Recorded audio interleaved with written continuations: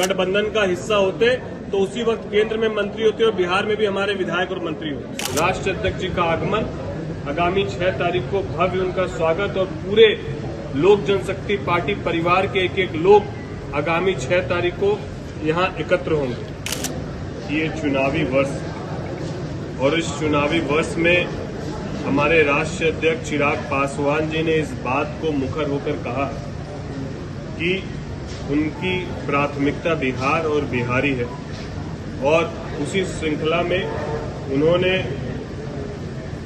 मोकामा टाल से आशीर्वाद लेकर शाहाबाद और शाहाबाद के बाद राजगीर नालंदा और उसके बाद छपरा की धरती पर उनका आगमन होगा।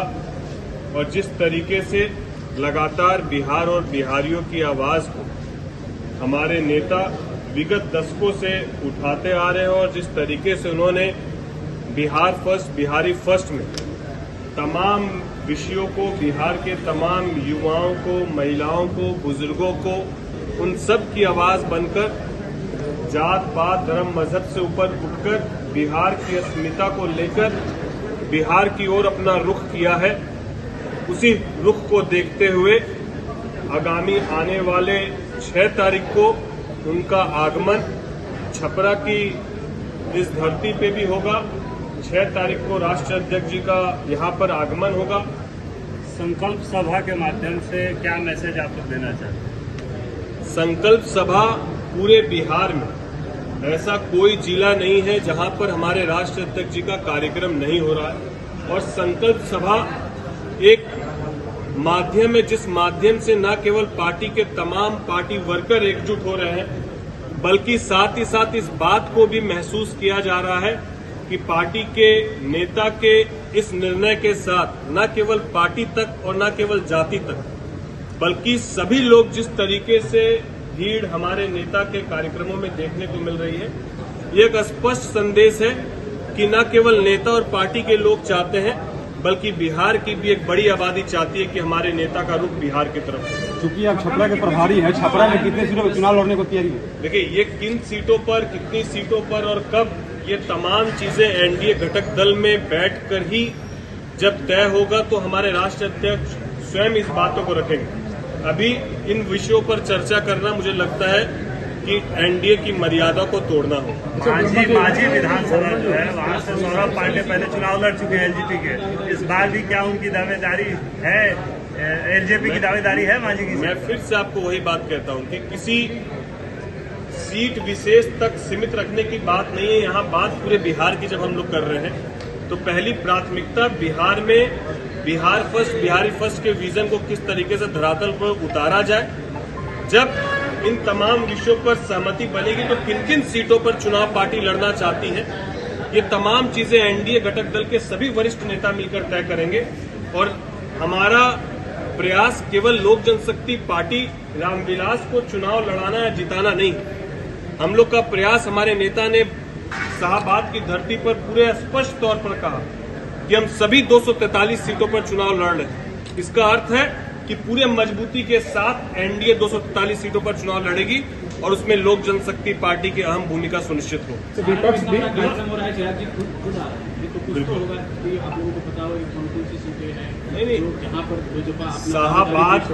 शाहाबाद में कार्यक्रम हुआ, हमारे नेता ने और शाहाबाद के लोगों ने इस बात को कहा कि जब बिहार की तरफ नेता का रुख हो रहा है तो हम चाहते हैं कि शाहाबाद की किसी धरती से चिराग पासवान जी चुनाव लड़े। ठीक उसी तरीके से जब छपरा में और नालंदा राजगीर में कार्यक्रम हो रहे हैं तो वहां की भी लोग चाहते हैं कि वहां से चुनाव लड़े। नेता कहां से चुनाव लड़ेंगे ये नेता तय करेंगे। हम लोग का दायित्व ये है कि सभी सीटों पर पार्टी के तमाम पदाधिकारी जो 243 की 243 सीटों में संगठन को मजबूत करने का काम किए हैं, वहां संगठन कितना मजबूत हुआ है और वहां के लोगों का रुझान किस तरीके से, ये देखते हुए हम लोग तमाम आगे के निर्णयों को लेने का काम करेंगे। और सीएम चिराग पासवान को कितना मजबूत कैंडिडेट आप लोग हैं? देखिए, यदि पार्टी के एक वर्कर और एक सांसद होने के नाते पूछेगा तो मुझे लगता है कि आज बदलते हुए बिहार में और आने वाले आगामी विकसित बिहार की यदि हम लोग परिकल्पना करते हैं तो बिल्कुल एक मजबूत हमारे नेता मुख्यमंत्री के रूप में हम लोग सब देखना चाहते हैं। राजद लेकिन हमारे नेता ने जब स्वयं इस बात को स्पष्ट कहा है कि वो इस चुनाव को माननीय मुख्यमंत्री नीतीश कुमार जी की अगुवाई में लड़ेंगे, तो इसमें अभी बहुत कुछ कहने के लिए नहीं है।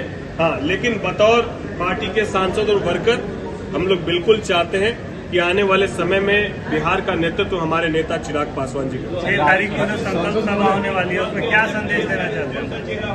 एनडीए के 2025 में चेहरा कौन होंगे एनडीए का? ये तो स्पष्ट हो चुका है, इसमें कहीं पूछने वाला सवाल ही नहीं। छपरा की जनता को क्या संदेश देना चाहते हैं? आपके संकल्प यात्रा की शुरुआत होने के बाद विपक्ष लगातार इसे एनडीए पर प्रेशर पॉलिटिक्स की बात कर रहा है, इसे कैसे देखते हैं? देखिए, विपक्ष किस तरीके से देखता है इसका प्रमाण देने के लिए हम लोग नहीं बैठे हैं। हम लोग की जो संकल्प यात्रा है, पार्टी 2021 में जब टूटी उसके बाद से ही, ये कोई आज पहली बार चिराग पासवान जी बिहार दौरे पर नहीं। 2021 में पार्टी टूटने के बाद लगातार आशीर्वाद यात्रा निकाली गई, जिलों जिलों में जाकर पार्टी संगठन को मजबूत किया गया और उसी कड़ी में अब संकल्प यात्रा निकालकर पार्टी अपने तमाम पार्टी वर्करों को और अपने पार्टी सभी समाज के लोगों को एकमत करके हम लोग इस संकल्प यात्रा को बिहार के बदलाव के लिए हम लोग इस कड़ी में आगे बढ़ रहे हैं। छपरा की जनता के लिए क्या संदेश देना चाहेंगे? 6 को संकल्प सभा है।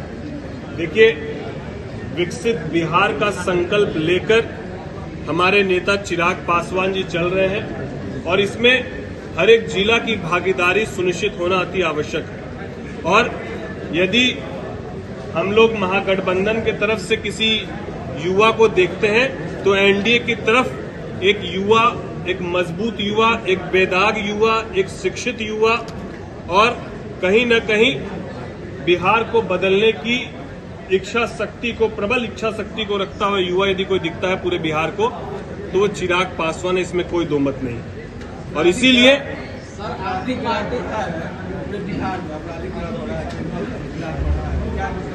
देखिए, हम फिर वही बात कहते हैं कि हम लोग एनडीए के साथ हैं बिहार में, लेकिन अभी हम लोग बिहार सरकार में एनडीए का हिस्सा नहीं। इस बात को मैं क्यों कह रहा हूं कि अभी हमारे विधायक सरकार में नहीं है, अभी हमारे मंत्री सरकार में नहीं है, हम सरकार के साथ जरूर हैं। तो आगामी आने वाले चुनाव के बाद जब हम सरकार में बतौर हिस्सा होंगे तो हम बहुत सारे विषयों पर जवाबदेह जरूर रहेंगे, लेकिन जो सवाल आपके, उन सवालों को ध्यान में रखते हुए ही मजबूती से हमारी पार्टी एनडीए में सरकार बहुमत की बने, इसके लिए प्रयासरत। सर, आपकी पार्टी 243 सीट पर मजबूती से तैयारी कर रही है। सारण में केंद्रीय मंत्री बनने के लिए सर चिराग पासवान चुनाव लड़ रहे हैं, इसका क्या मायने? ये स्पष्ट तौर मुख्यमंत्री ये स्पष्ट करता है कि हमारे नेता के लिए मंत्रालय या राजनीतिक पद मायने नहीं रखता है। हमारे नेता के लिए बिहार और बिहारियों के अस्मिता मायने रखती है।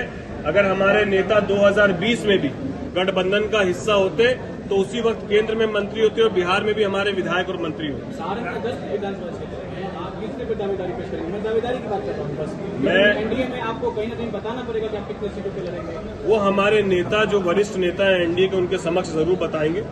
मेरे तरफ से ये बोलना मुझे लगता अभी उचित नहीं है। ये जब एनडीए की बैठक होगी तो ये तमाम चीजें स्पष्ट होंगी। लोजपा के युवा नेताओं को क्या संदेश देना चाहिए? लोजपा में सभी जितने भी हमारे नेता हैं उन सब के दिमाग में एक मांग यही है कि हम अपने नेता को कैसे बिहार का प्रतिनिधित्व करते हुए देखें और उसमें हर एक लोग अपनी भागीदारी को सुनिश्चित कर रहे हैं, चाहे वो एक सांसद हो, चाहे वो पार्टी के जिला अध्यक्ष हो, चाहे पंचायत का अध्यक्ष हो। हर एक आदमी इसी संकल्प के साथ आगे बढ़ रहा। जब विकास बिहार का होगा तो हर एक बिहारियों का होगा और उसमें हम सब सम्मिलित हैं। राजद की एक महिला प्रवक्ता है सारिका पासवान, उन्होंने चिराग पासवान को लेकर ये विवादित बयान दिया है, इस पे क्या कहिएगा? क्या बयान दिया है? अमर्यादित बयान दिया है, उनको चूड़ी और ये पहनने की बात कही है। देखिए, कोई नेता के बारे में क्या कहता है और जो भी मात्र शक्ति है, मुझे लगता है कि उनके मुख से इस तरह की अमर्यादित भाषा निकलना ये उस पार्टी के सिद्धांतों को बताता है। किसी दूसरे पार्टी के नेता को गाली देना या अभद्र टिप्पणी करना ये राजद पहली बार नहीं कर रहा, ये पहले भी करते आया है। बस माध्यम अलग अलग रहे हैं, कभी स्वयं नेता किया है, कभी पार्टी के वर्कर किए हैं। तो हमारे नेता मर्यादा के साथ और केवल बिहार की बात को रखते हैं। हम लोग उन बातों पर कोई टीका टिप्पणी करना नहीं चाहते।